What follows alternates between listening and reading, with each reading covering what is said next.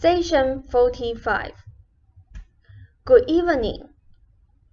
We are quite old friends, even in this existence by now. After so many sessions, who else do you speak with more than you speak to me?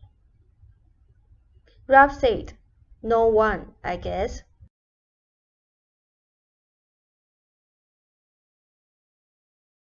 Say said, I am actually quite honored by my reception. You did not always greet me so kindly. You and I fell to fist fights upon a few occasions. Nor would such weighty material have appealed to you then. For that matter, neither would it have appealed to me. Rupert in many ways was more often than either of us, more receptive to what could not be seen or touched. But, contrariwise, he doubted, always probed, and then often doubted quite legitimate results, as indeed he sometimes continues to do so. You are both, with my invaluable help, coming along very well. Your attitudes toward the outside world have certainly improved.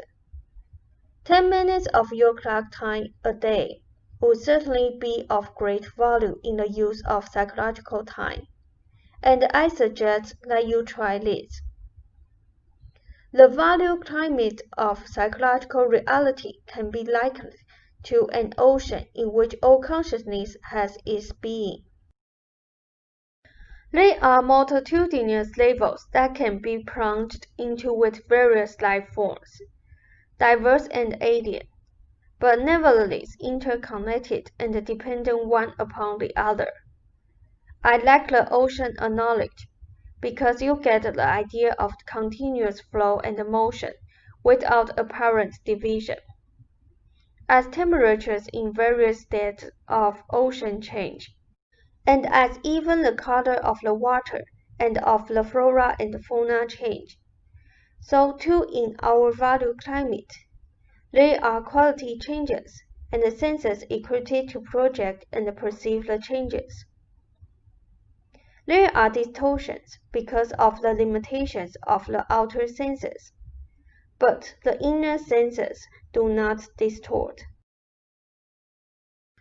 The inner senses inhabit directly the atmosphere of our value climate, and they see through the ever-varying camouflage patterns, and the flux and the flow of apparent change. In our sessions, to some small degree, you plunge into this ocean of value climate, and to the extent that you are able to divest yourselves of the clothes of camouflage, to that extent can you truly be aware of this climate. What is required is more than a divesting of clothes, however. To plunge into this ocean, you also leave the physical body at the shore. It will be there when you get back. Your camouflage patterns can be likened to the patterns cast by sun and shadow upon the ever-moving waves. As long as you keep the pattern in mind, you create it, and it is there. If you turn your head away for a moment and then look quickly back, you can see only the wave. Your camouflage and your world is created by conscious focusing and unconscious concentration. Only by turning your head away for a moment can you see what is beneath the seemingly solid pattern. By plunging into our ocean of value climate, you can dive beneath your camouflage system and look up to see it. Relatively foundationless, floating above you, moved, formed, and directed by the shifting illusions caused by the wind of will, and the force of subconscious concentration and demand. Yet, even these camouflage patterns must follow the basic rules of the inner universe, and reflect them even if in a distorted manner. so does value expansion become reincarnation and evolution and growth. So are all the other basic laws of the inner universe, followed on every plane, and reflected from the most minute to the most gigantic spectrum. Concentrating upon your own camouflage universe, you are able to distinguish only the distortive pattern, and from this pattern, you deduce your ideas of cause and effect, past, present, and future, and ideas of an expanding universe that blows. Consciousness takes up no space, nor is it enclosed by time, as you know time. The camouflage patterns that seem to enclose consciousness are temporary, for short term only, and for limited but necessary purpose.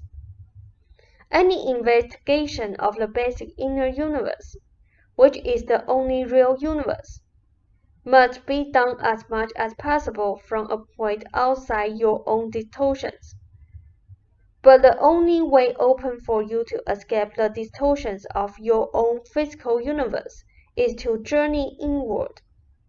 To get outside your own universe, you must travel inward, and this represents the only perspective free of distortive elements, from which valid experimentation can be carried on. Your so-called scientific, so-called objective experiments can continue for an eternity, but they only probe further and further with camouflage instruments into a camouflage universe. The subconscious, it is true, has elements of its own distortions, but these are easier to escape than the tons of distortive camouflage atmosphere that weigh your scientific experiments down. I suggest you take your break. You cannot have so-called objective experiments when you are surrounded by, and dealing with, and intertwined with, the elements of the camouflage universe. You are, or scientists, are working within what may be described as one small cube within literally millions of somewhat similar through different cubes, the cubes all representing various camouflage universes. If they were ever lucky enough to pierce through their own cube, which is doubtful, they would merely discover the cube nearest to them, without ever imagining what there were literally numberless such cubes. A small portion of the spaces present appears in your cube, but you see it in camouflage terms of continuity, in camouflage waves of past, present, and future. Like rats in mazes, with luck you could theoretically travel from one cube or maze to another, though practically this is impossible. But even if your experiments gave you knowledge of many of these camouflage cube universes, you would learn little of the basic uncamouflaged inner universe, where all such divisions disappear. Any scientific personage of your generation will immediately panic at such suggestions as I am making. You are so taken up with your precious camouflage patterns, and so unfamiliar with the inner proportion behind all such materializations, that it will be a while before any headway is made. Epstein traveled within and traced his own intuitions, and used his inner senses. He would have discovered much more had he been able to trust his intuitions even more, and able to leave more of the so-called scientific proof of his theories to lesser men, to give himself more inner freedom. There is only a relatively small layer of personal material, and therefore egotistical and distorted material at the upper reaches of the subconscious. This layer can be quickly recognized as a rule. Robert recognizes it now, and he is no scientist or psychologist.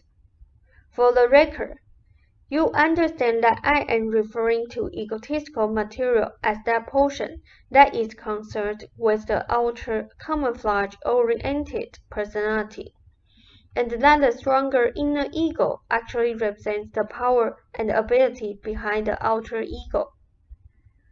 Now, directly, so to speak, beneath this personal material in the subconscious, is racial material which could be of great value to psychologists in their study of racial histories and the resulting psychological differences of the various races.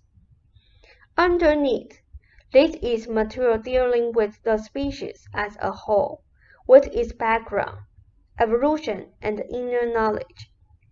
Beneath this, pure and simple, undistorted, there for the searching, absolutely free for the asking, is the knowledge inherent in the inner self pertaining to the inner universe as a whole, its laws and principles, its composition. Here you will find, undistorted, uncamouflaged, the innate knowledge of the creation of the camouflage universe, the mechanisms involved, much of the material that I have given you, the method and ways by which the inner self as a basic inhabitant of the inner universe is sitting in the climate of psychological reality, helps create the various planes of existence, constructs outer senses to project and perceive the various apparent realities or camouflages, how the inner self reincarnates on the various planes. Here you will find your answers as to how the inner self transforms energy for his own purposes, changes his form, adopts other apparent realities, and all this free of the investigation. Hypnotism will become more and more a tool of scientific investigation. Telepathy will be proven without a doubt and utilized, sadly enough in the beginning, for purposes of war and intrigue. Nevertheless, telepathy will enable your race to make its first contact with alien intelligence. It will not at first be recognized as such. There is nothing any more strange in such contact than there is in my contact with you. But because you are so involved with camouflage apparent reality, contact with such intelligence will be a startling discovery. The contact made will be from one male to another, although the alien male, from another camouflage galaxy, will be more involved than you consider possible. The actual telepathy contact with this alien intelligence will occur. Your time, I believe, not too far distant, perhaps by the year 2001. However, for reasons that I will not go into, a hint will develop of which your scientists will not be aware, at least in your terms. The intelligence that you contact will no longer inhabit that same universe by the time that the contact is made. By then, you will have discovered that your present theory of the expanding universe is in error, and this error will, nevertheless, affect your calculations as to the exact location in your space of the intelligence that is contacted. The contact will be made, I believe, in Australia. Space travel, in your terms, will develop in a seemingly extravagant and startling fashion, only to be dumped as such when your scientists discover that space as you know it is a distortion, and that journey from one so-called galaxy to another is done by divesting the physical body from camouflage. The vehicle of so-called space travel is mental and psychic mobility, in terms of psychic transformation of energy, enabling spontaneous and instantaneous mobility through the spacious present. As to the means, the very simplest and crudest, but still to be adopted method will prove to be hypnotism. Simply because at this point, your personalities will not trust their own abilities, but most rely upon suggestion from the outside. I hope to try with you methods of energy transference divorced from or divested from hypnotism as such. This will be one of our experiments together and will not be too far in the future. When the time comes, we three will try together. In the meantime, preparation includes a systematic and scheduled use of psychological time.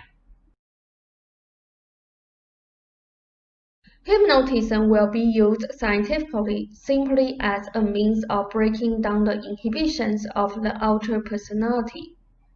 It goes without saying that such inhibitions are necessary on your plan, and any experiments that we try will be carried on in a most disciplined fashion.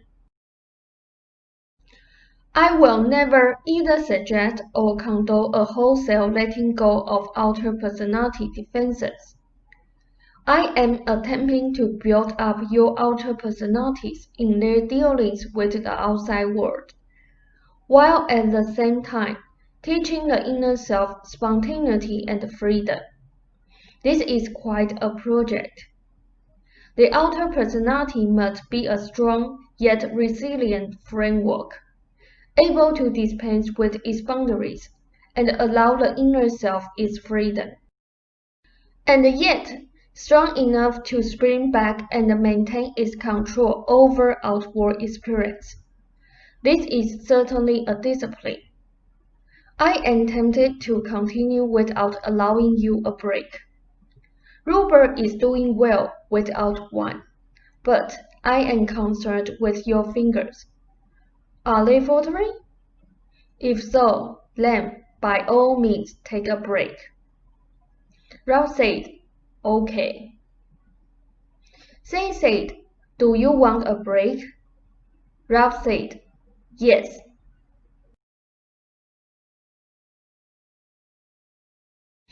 Zane said, "Hypnotism is important merely as a tool to release the conscious personality from the camouflage inhibitions.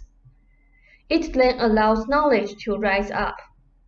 In ordinary circumstances, the conscious self deals mainly with camouflage existence. This is after all primarily its purpose.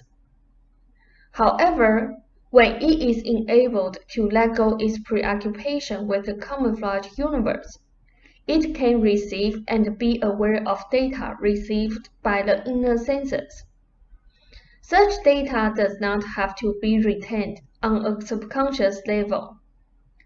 The conscious personality can be trained to receive, interpret, and retain such knowledge. Otherwise, such knowledge would be relatively without value in your camouflage universe. Hypnotism then is one tool to enable the conscious personality to divest itself to its concentrated focus upon outer camouflage, and to enable it to focus instead upon the inner self. The main rule here is merely a change of focus. Knowledge of the basic universe can be achieved, interpreted, and retained by your scientists in ways that I will at first outline, and then cover more completely. Hypnotism is a safer method to begin with than drugs, but hypnotism itself is not necessary if there is an inner willingness to explore the inner universe. The main barrier is the ego's fear of being subjugated, even as it fears subjugation imagined in death. If the ego can be made to understand that inner awareness, exploration, and investigation will actually enlarge its scope of awareness, there will be little difficulty. It may be necessary in the beginning to induce more or less complete amnesia, but this should be avoided through constant practice with hypnotism. Your scientists will discover that it is possible, and definitely beneficial, to allow the conscious ego to retain its memory. Since there is no real division between the ego and the subconscious, the knowledge of the ego and the knowledge of the subconscious are merged in any case. But to be truly effective there should be no attempt to hide subconscious knowledge from the ego. I realize that hypnotism will be utilized first.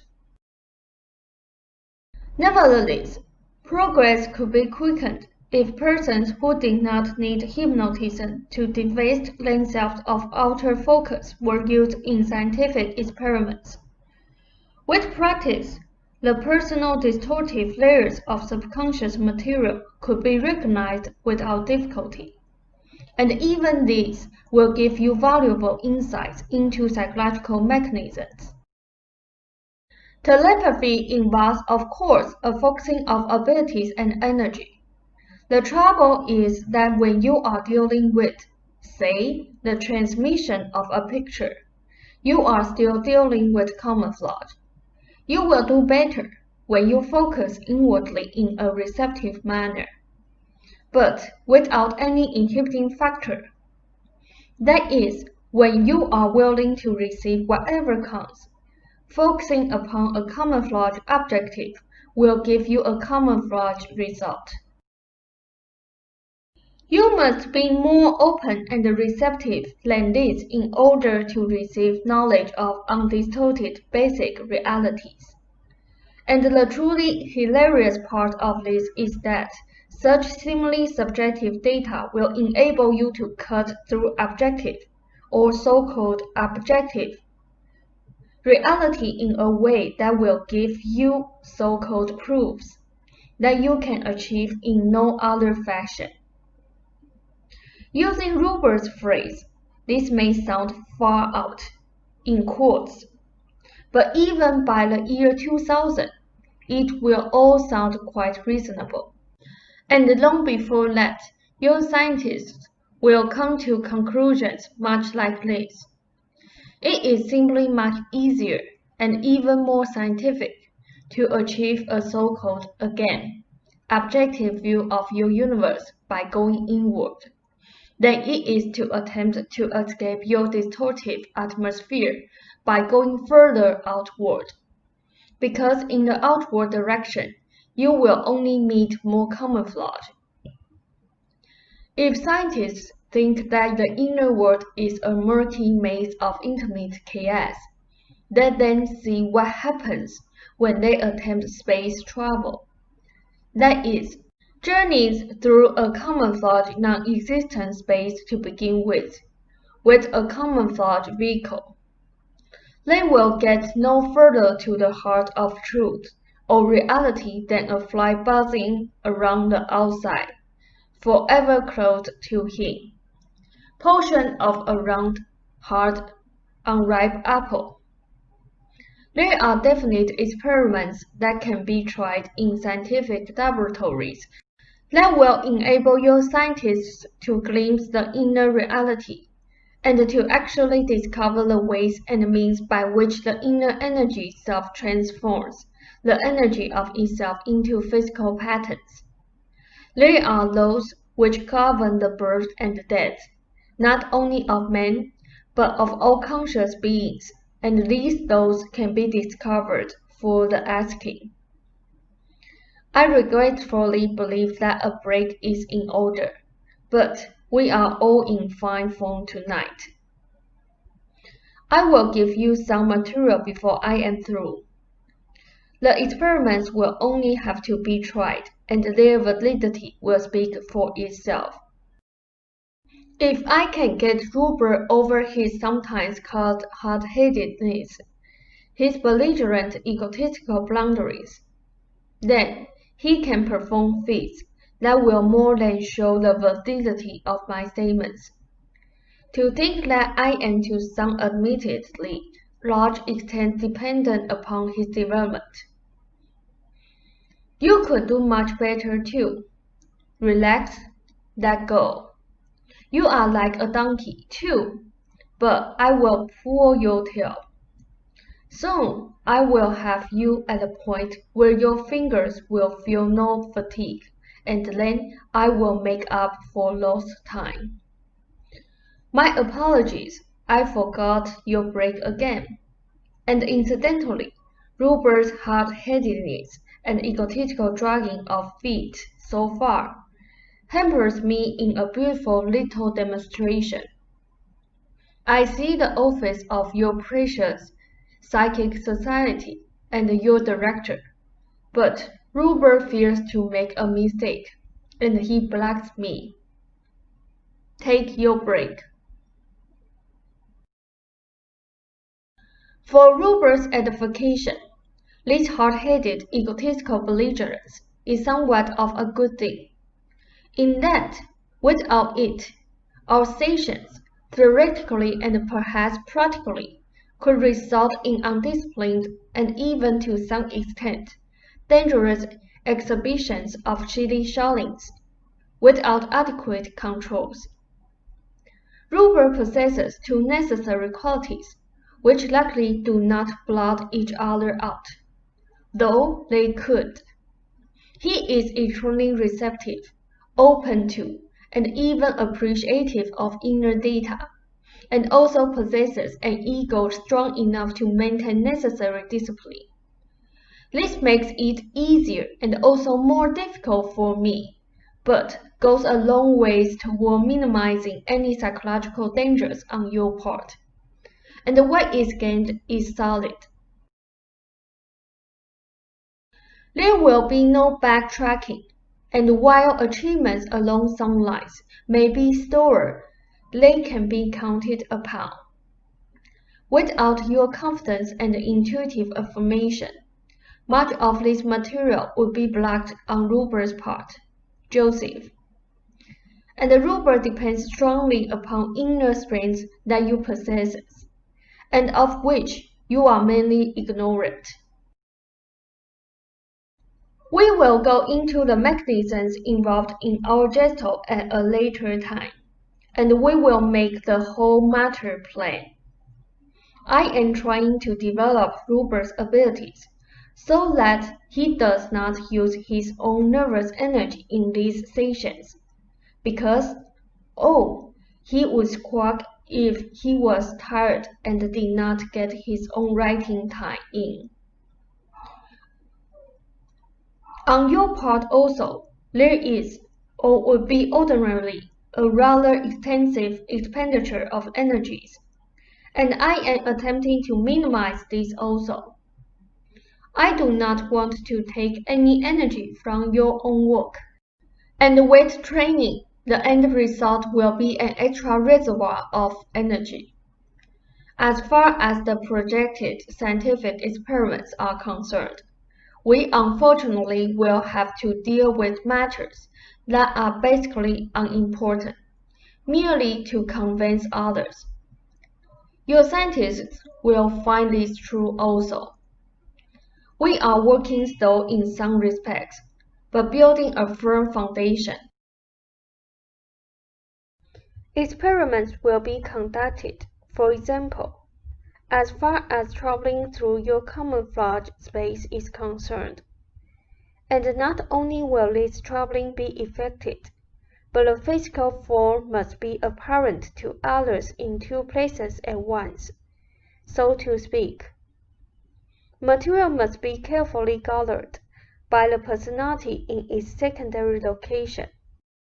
To make such experiments effective in scientific circles, in all probability, there will be some failures, but there will be many successes, and the fear of failure will be our worst inhibiting factor.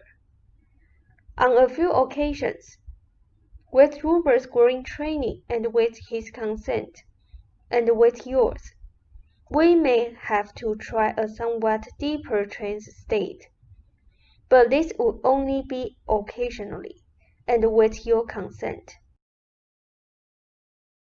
As for you, your abilities are lately of the highest quality, but you also bring up inhibiting barriers that I hope will vanish. In some respects, Rupert long ago developed his ability to draw upon basic energy. If we can, and we can, overcome his quite natural fears and inhibitions, we can all use this ability with most beneficial results. He thinks he is undisciplined. Actually, he early recognized his ability to draw upon others' energy, and somewhat feared it. Your reservoirs are also deep, and your inhibitions, while not as conscious and blatant as Rupert's, are nevertheless quite as strong. If your hand is tired, by all means take a break, old friend. Ralph said, "My hand is okay."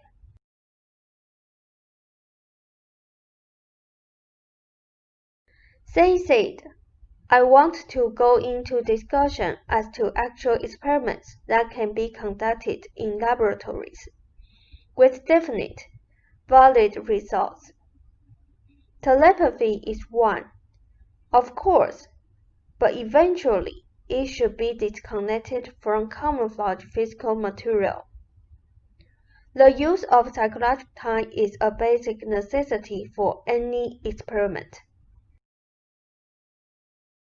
Such use of psychological time is extremely important, since it enables the personality to bypass physical laws to a large extent, and also, and this is important, bypass certain chemical reactions that would ordinarily occur, and tend to overtax the physical structure.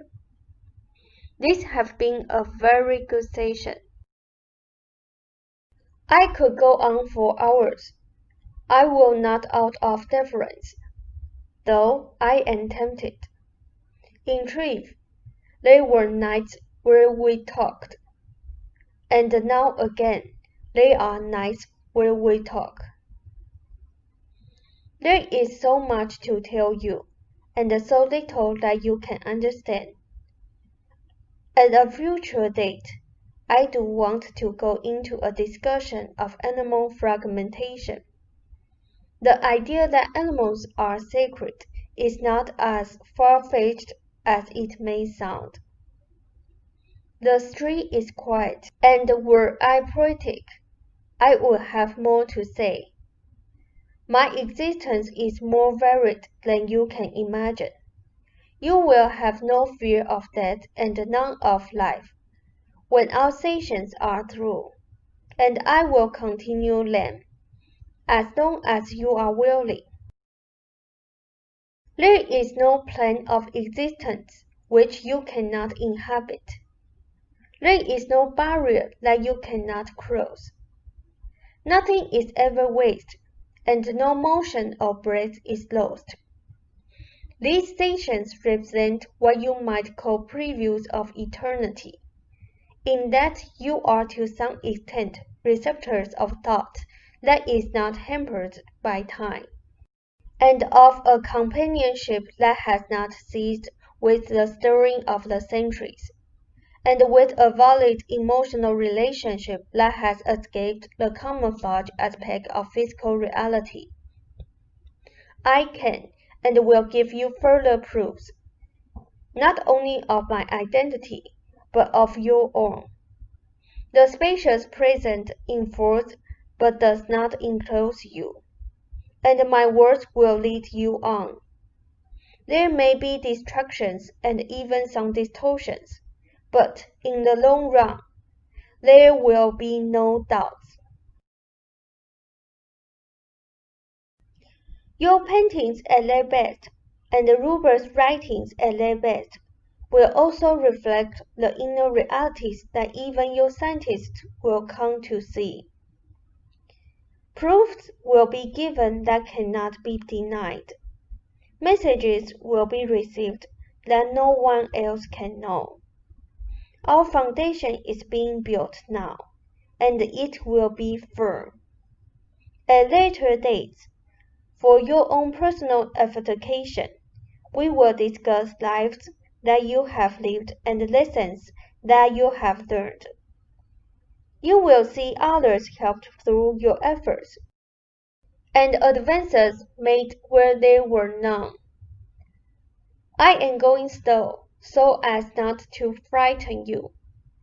When you have witnesses, effects and knowledge will be displayed. I do not want to end the peacefulness of our quiet and intimate sessions, and never will suggest that they all be witnessed.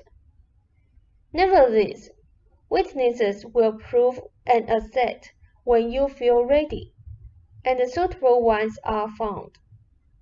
By all means, experiment with psychological time, both of you, for their confidence is to be found. As much as I truly regret closing the session, I will do so, so that you can get your sleep. However, I am often here, and my energy pervades the chair, Joseph, upon which you sit, and the pen with which you write. I hesitate even now to close the session, but realize that you must be wary. Rob noted. Jane laughed.